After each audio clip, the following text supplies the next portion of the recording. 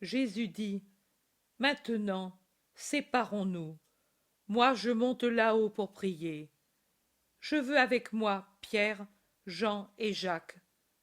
Vous, restez ici. Et si vous êtes accablés, appelez, et ne craignez pas. On ne touchera pas à un cheveu de votre tête. Priez pour moi. Déposez la haine et la peur. Ce ne sera qu'un instant. Et ensuite, la joie sera pleine. Souriez, que j'ai dans le cœur vos sourires. Et encore, merci de tout, amis. Adieu. Que le Seigneur ne vous abandonne pas. Jésus se sépare des apôtres et va en avant pendant que Pierre se fait donner par Simon la torche. Celui-ci, auparavant, a allumé avec elle des rameaux résineux qui brûlent en crépitant au bord de l'oliveraie et répandent une odeur de genièvre. Je souffre de voir le Thaddée qui regarde Jésus d'un regard tellement intense et douloureux que ce dernier se retourne et cherche qui l'a regardé. Mais le Thaddée se cache derrière Barthélemy et se mord les lèvres pour se calmer. Jésus fait de la main un geste qui est bénédiction et adieu, puis il continue son chemin. La lune, maintenant très haute, entoure de sa lumière sa haute figure et paraît la faire plus grande en la spiritualisant, en rendant plus clair son vêtement rouge et plus pâle l'or de ses cheveux.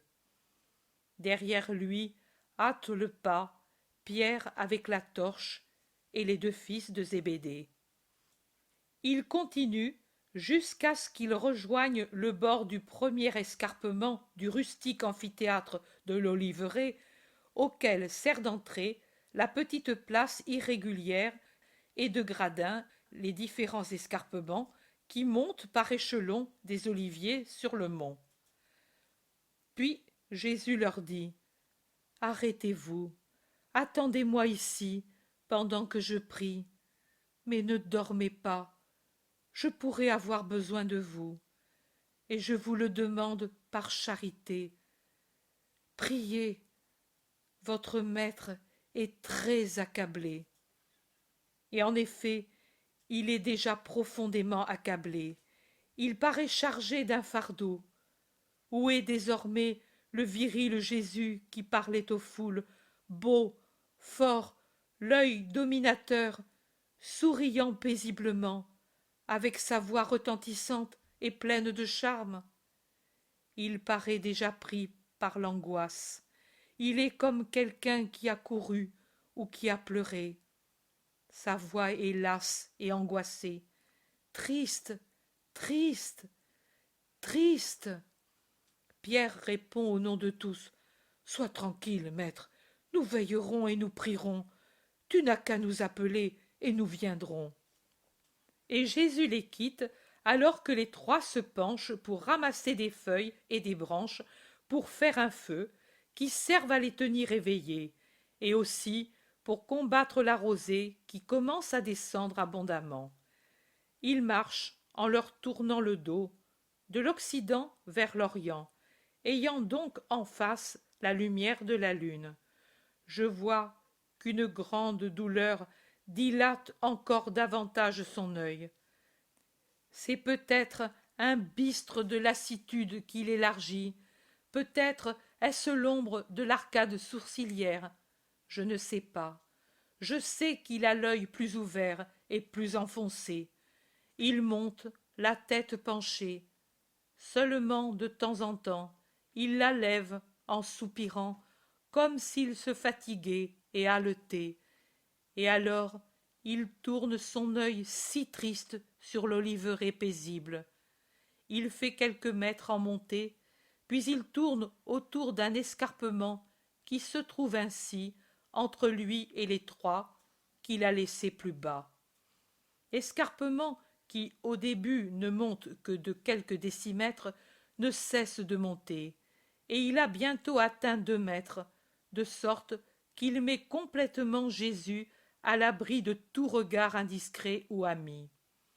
Jésus continue jusqu'à un gros rocher qui, à un certain point, barre le petit sentier, peut-être mis pour soutenir la côte qui descend avec plus de rapidité et nue jusqu'à un espace désolé qui précède les murs au-delà desquels est située Jérusalem et qui, vers le haut, continue à monter avec d'autres escarpements et d'autres oliviers.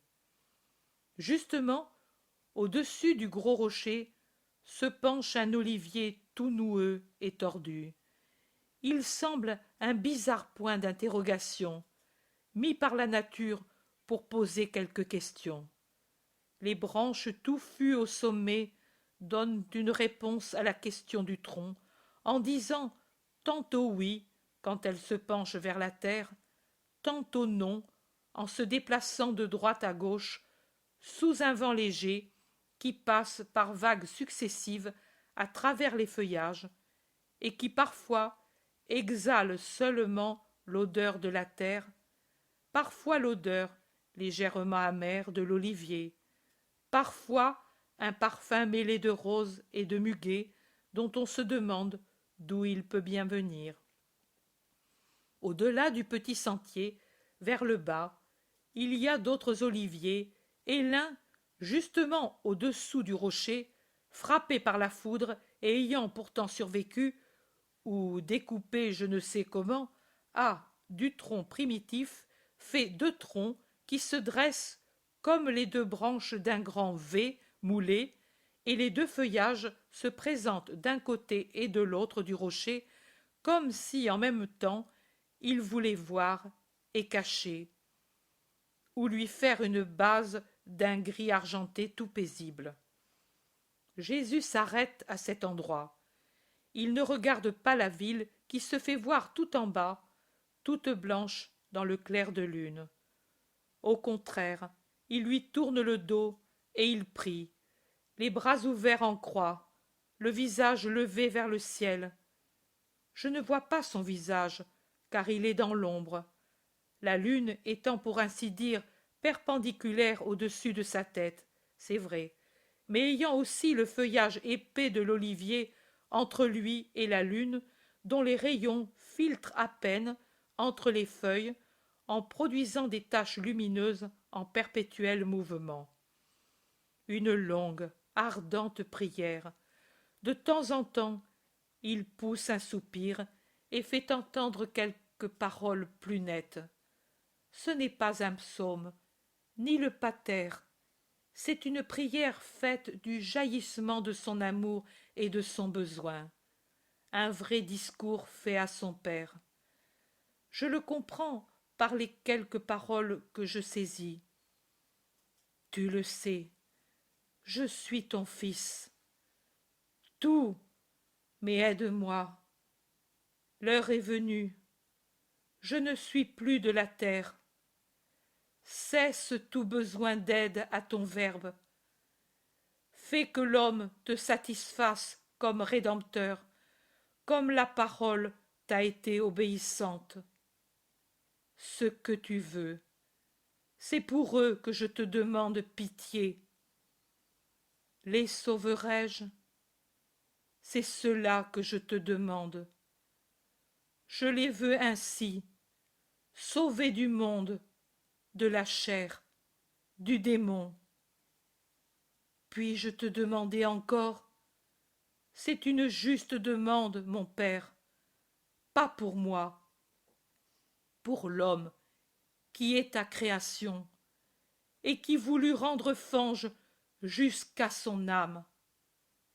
Je jette dans ma douleur et dans mon sang cette boue pour qu'elle redevienne l'incorruptible essence de l'esprit qui t'est agréable. Il est partout. C'est lui le roi ce soir, au palais royal et dans les maisons, parmi les troupes et au temple. La ville en est pleine. Et demain, ce sera un enfer. Jésus se tourne, appuie son dos au rocher et croise ses bras. il regarde Jérusalem.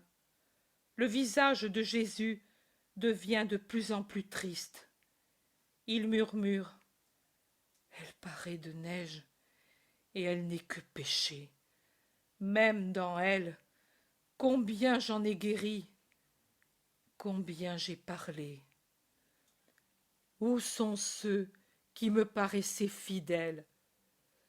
Jésus penche la tête et regarde fixement le terrain couvert d'une herbe courte et que la rosée rend brillante. Mais bien qu'il ait la tête penchée, je comprends qu'il pleure, car des gouttes brillent en tombant de son visage sur le sol. Puis il lève la tête, desserre ses bras, les joint en les tenant au-dessus de sa tête et en les agitant ainsi unis. Puis il se met en route. Il revient vers les 3 apôtres assis autour de leur feu de branchage. Il les trouve à moitié endormis.